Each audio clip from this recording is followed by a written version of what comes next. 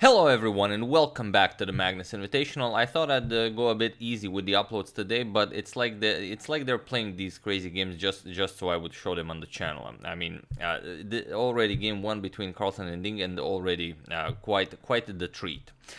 So without further ado, let's just check it out, as Ding with the white pieces opens with e4 and Magnus goes for knight to c6. He goes for the Nimzovich defense. We have knight to f3 by Ding, and here d5, just basically transposing into the Scandinavian, captures, and now knight to c3, kicking away the queen. And now Magnus goes for queen to a5, and here d4. Magnus goes bishop to g4. He wants to castle queenside and develop his pieces as soon as possible. We have bishop to b5, now threatening to ruin Magnus's queenside, but Magnus just castles queenside. He says, I don't mind this. And okay, Ding of course captures this. We have bishop captures, we have b captures on c6, and now h3. Pushing the bishop back, but now Magnus goes queen to h5. Now, of course, captures isn't allowed because of captures, and the bishop to e3. Now Ding will also develop the queen and castle queenside. We have knight to f6 by Ding and the queen to e2 now, preparing castles queenside. And here there is one game in the database where king to b7 was played, but here we have bishop captures on f3, and it's a new move in the position. So already as of move 10, we have a completely new game, and the Ding of course captures with the g-pawn. He wants the queens to remain on board. We have e6, preparing to develop the dark square bishop, and now Ding castles queenside. We have king to b7 by Magnus. The king will be somewhat safer there. And now comes rook h to g1, not allowing the dark square bishop to develop. So Magnus goes h6. He wants to develop it by going g5. So you don't have any targets here on the king side. And here a very nice rook lift by Ding, rook to d3. And now the point is, when the knight moves, you want to play rook to b3 check. You want to bring the queen over to a5, and you want to start an attack against Carlsen's king. So here we have rook to g8, now preparing g5, and now knight to e4 by Ding, saying that, okay, I have a great knight here, I'm going to play rook b3, queen to a6 check, and so on. So bishop to e7. Carlsen says, I'm not very impressed by this. We have rook to b3 check, king goes to c8, and now queen to a6 check. And now Carlsen just goes king to d7. He says, I'm just gonna run away this way.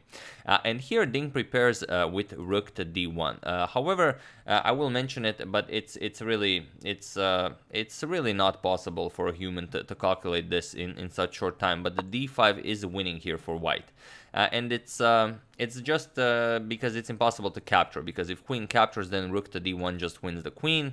If you try something like c captures, then queen to a4 check will just win you the game. King goes, let's say here, now bishop captures on a7, followed by rook to b8, as the queen still covers d7. And there are a lot of other interesting options. For example, if e captures on d5, then you get rook to c3, but this is just... it's hard to give up the d5 pawn like that if you don't know what's happening here.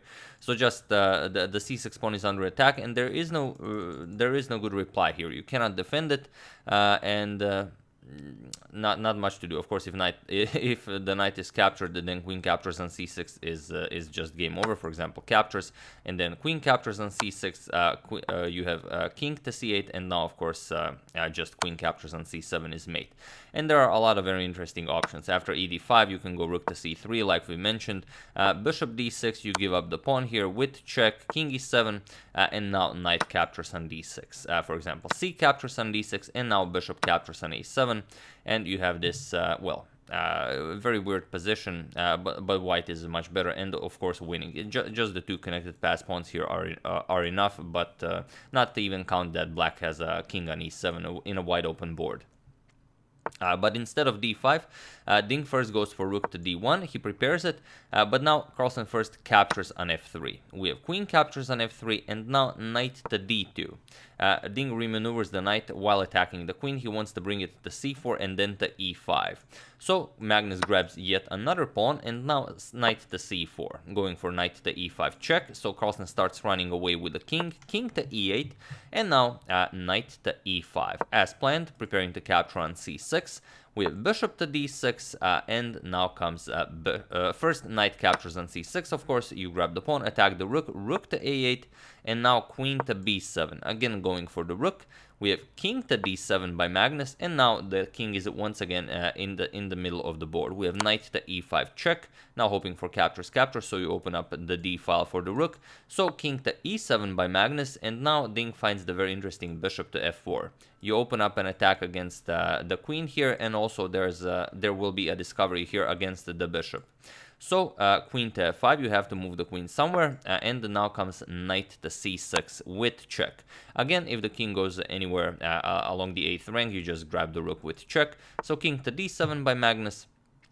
But here just bishop captures on d6. We have king captures on d6, and now knight to e5. And here Magnus doesn't really have a good move.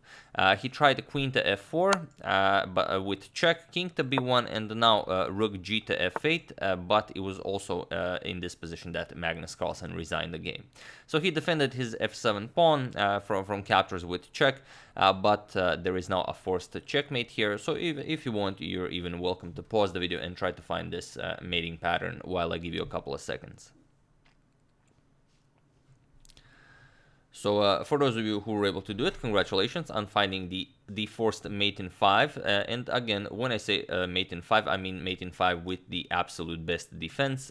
So of course black can play lesser moves and get checkmated sooner. So here it's of course queen to b4 with check, not queen to c6 check. Then you allow the king to escape here. So queen to b4 check. We have king to d5, or you can block with c5 and then just queen captures on c5 mates. So king has to go to d5, and now a nice little improvement in the position f3. Just not allowing this e4 square to the king, and next move, whatever black plays, c4 is mate. So it's a bit less than 5 moves, but black can prolong, and that's why you have to say it's mate in 5. You can go queen c1 check, and then make another move, and then prolong with silly moves. But in normal terms, whatever you play, c4 is mate.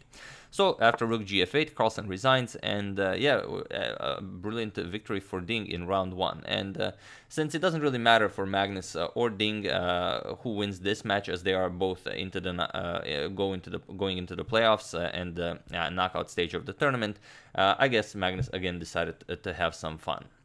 So yeah, that's the game. I do hope you enjoyed it. I would like to thank Adam Godby, Todd Kissel, Erica Shen, Michael Davis, and Matthew Garant for your contribution to my channel. Thank you a lot. I really appreciate it. As usual, you can check 2 of my previous videos here. Thank you for watching, and I will see you soon, continuing the coverage of the Magnus Invitational until it finishes. So thank you all. I will see you soon, and have an excellent rest of your day.